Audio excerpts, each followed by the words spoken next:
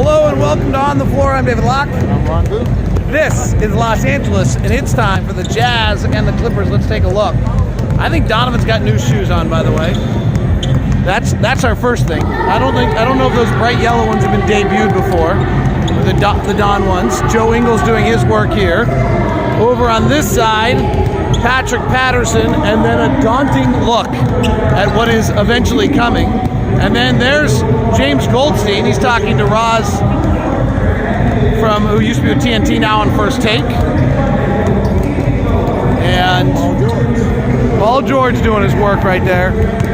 That's coming soon for the Clippers. This team is loaded. According to Doc Rivers, he says he's working out, he's doing a lot of things. He's not playing 5-on-5 yet, but maybe next week. That's a big news story, by the way, if he's playing 5-on-5 next week. Not yet, next week, yeah. Dante Exum went through 3 practices. He is with the team tonight. He will not play. He is still out. The Jazz are without Emmanuel Mudiay tonight, and they are without Ed Davis tonight as well on the news story there. This is this is their in-arena disc jockey. And kind of letting it, they got their dance team with it. Salt Lake's added the same thing in the Vivint Smart Home. And there's the whole crowd of people with their various... Music makes you happy, doesn't it? It's good stuff. It's a different scene here in LA when you're warming up for a ball game. Joe Ingles doing his work over there. Ben Golliver of the Washington Post media, all the media a ton of people are taking videos of Donovan a moment ago. So all sorts of, just a different scene in LA, and the Clippers are now the in thing. I was talking to Steve Ballmer today. He's only worth $52 billion. That's all?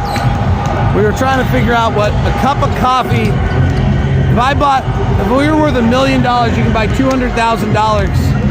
You can buy $200,000 $5 cups of coffee. We're trying to figure out how many $5 cups of coffee you could buy with $52 billion. It's crazy. Totally insane how much money that is. Well, he was the one that elevated the value of NBA basketball. Right, well, when you have $52 billion, why do you care? So what's $2 million? $2 billion. It's a tax write-off that you need. Here's Donovan. Donovan having a great start to the year, taking a lot of twos. In fact, the only guard in the NBA that is taking more twos and fewer threes is DeMar DeRozan.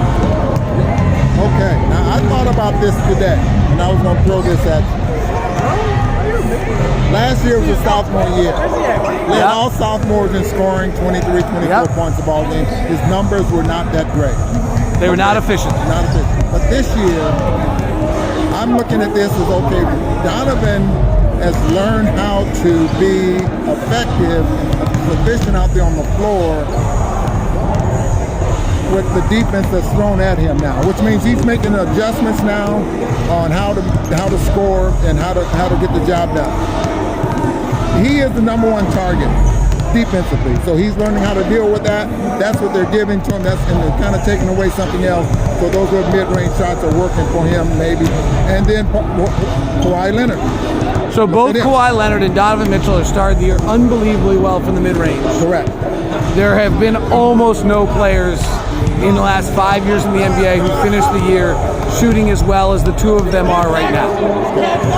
So, do you understand what I'm saying? Yeah. My point on that is that it's unlikely that Kawhi Leonard can finish the year shooting 58% from the mid-range, and it's unlikely that Donovan will finish the year shooting 54% from the mid-range. Well, I agree with that, and I think if we're going to compare the two separately and what the value that they're bringing to the team, Donovan's going to be a better three-point shooter than Kawhi. Yeah, I mean, I think the interesting one is how is Donovan going to, what can Donovan learn if they're playing the drop big to get his three? And so do the Jazz start to raise the picks the way that Portland does for Dame Lillard?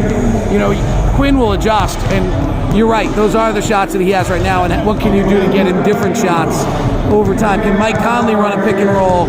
What's interesting right now is what teams have decided is that the Jazz guards on the pick and roll have to shoot. So, they're not leaving. We talk about how, oh, wow, Donovan and Jerry West. What a pretty cool moment right there. I feel like I should end the show and go take a picture of that for Donovan. It's a pretty good picture to take. We're going to pause the show for a second. I'm going to take that picture. Quick.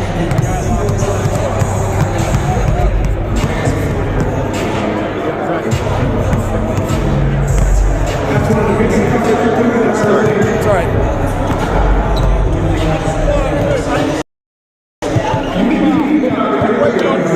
Now hosting the show, Joe Ingles. I don't know, maybe I ended the show. Are we still going or not? Who's that? No, I think we're still going now. I got him for Donovan. Pretty cool pictures. I'll post them on the internet. I like that. All right, you want that? He wants that on the show. Go join him, Ron.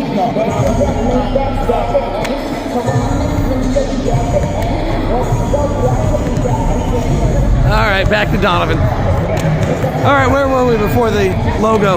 You played Jerry West. What was he like? I played against Jerry West and I played for Jerry West. Yes. An ultimate great basketball player. And obviously he's a great judgment of talent. All the organizations that he has been a consultant with. Do you think the Warriors miss him? You think the Warriors miss him? Absolutely. Just But a thought. you're looking at a guy, David. I played for him.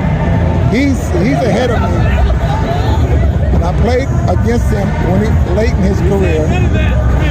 He coached me, and you see how good he looks at his age. I mean, I'm Almost as good as you. He is 80-something years old, and that's my idol right now. Anyone look that good at that age, that's my idol. You know what I think is really interesting about Jerry West? He's the logo, he's everything else. He's also one of the first players to come out and talk about his own mental illness issues. I mean, he wrote that whole book about his depression and all the problems he had and his anxiety, and it kind of went under the radar. But like in retrospect, he, now DeMar DeRozan and Kevin Love have come out and talked about it, and other people have. But like he was really quick into this of saying like, this is what I've gone through in my life in a way that I don't think we've heard from and one of the, obviously great players of all time, opening up the door to say, it's not based on your ability or anything of that, or a sign of weakness that means you can't be great. Here's what I dealt with, and I was one of the greatest of all time. Yeah, and kudos to the NBA and the players that came out with that recently, in the last 5 years, that now every team has addressed it to the point that everyone's getting help, and it's you don't have to be ashamed of whatever help that you might have. Donovan stopping. This guy right here used to work with us. He did. Donovan gives him a little dap. James Goldstein, the legendary LA real estate basketball fan. He travels the world watching basketball. All right, that kind of wraps us from here. Hope everyone had